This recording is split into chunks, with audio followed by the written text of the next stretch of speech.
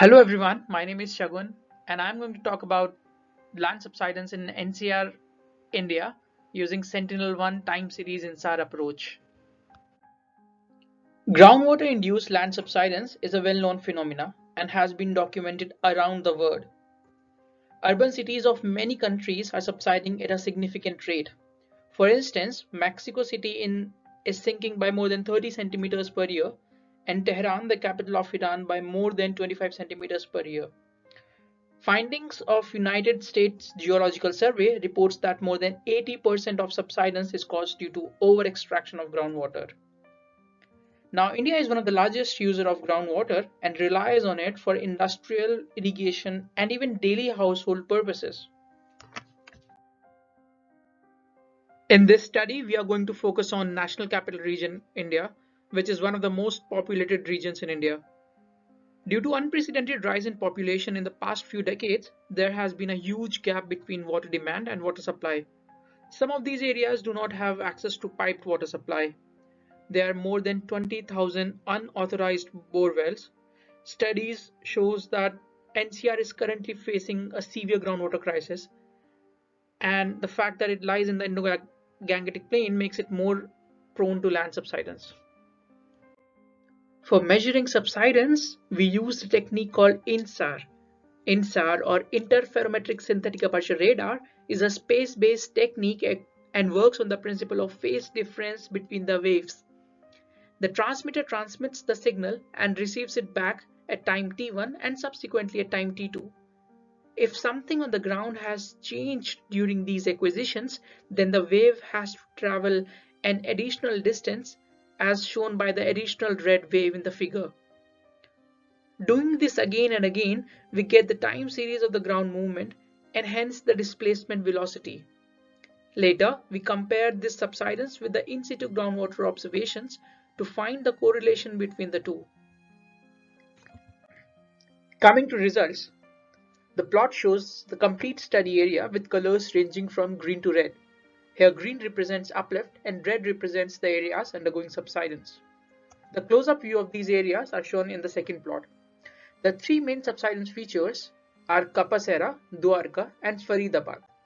The right panel shows the time series of the location that is marked with black triangles in the second figure. The maximum rate of subsidence in Kapasera is found to exceed 18 centimeters per year at around 4.5 centimeters per year in Faridabad. The third region, however, shows an uplift during these years. All these areas are urban areas with high population density. To find the correlation between groundwater and land subsidence, we compared the land subsidence with groundwater map constructed using in situ groundwater data. The left map shows the groundwater levels of the year 2014 and the right one is from 2017. The black triangles in the two images represents the location of wells. The red color here represents the deeper groundwater levels, while blue is for shallow groundwater levels. If we see in east of the map, around well 126 and 138, we see the color changes from yellow to red during the 3 years. This is about 15 meters of groundwater depletion, that is 5 meters per year. The numbers are huge. Now to compare groundwater and land subsidence, we demarcated the subsidence regions using black circles as shown in figure here. The close-up view of the subsidence regions are shown in the right panel.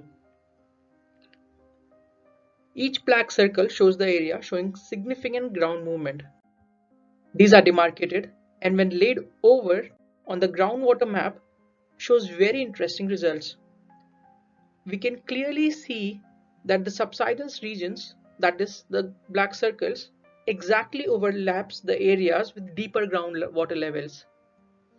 Furthermore, we can also see that near the wells 126 and 138, where groundwater levels fall drastically in the 3 years, the subsidence is also present, thus confirming our hypothesis that groundwater is the primary cause for land subsidence in the area.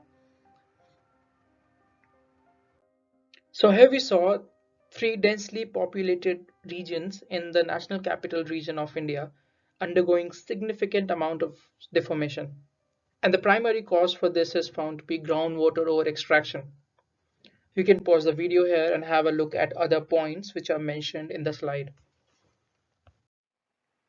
Thank you so very much for your attention and happy fringing.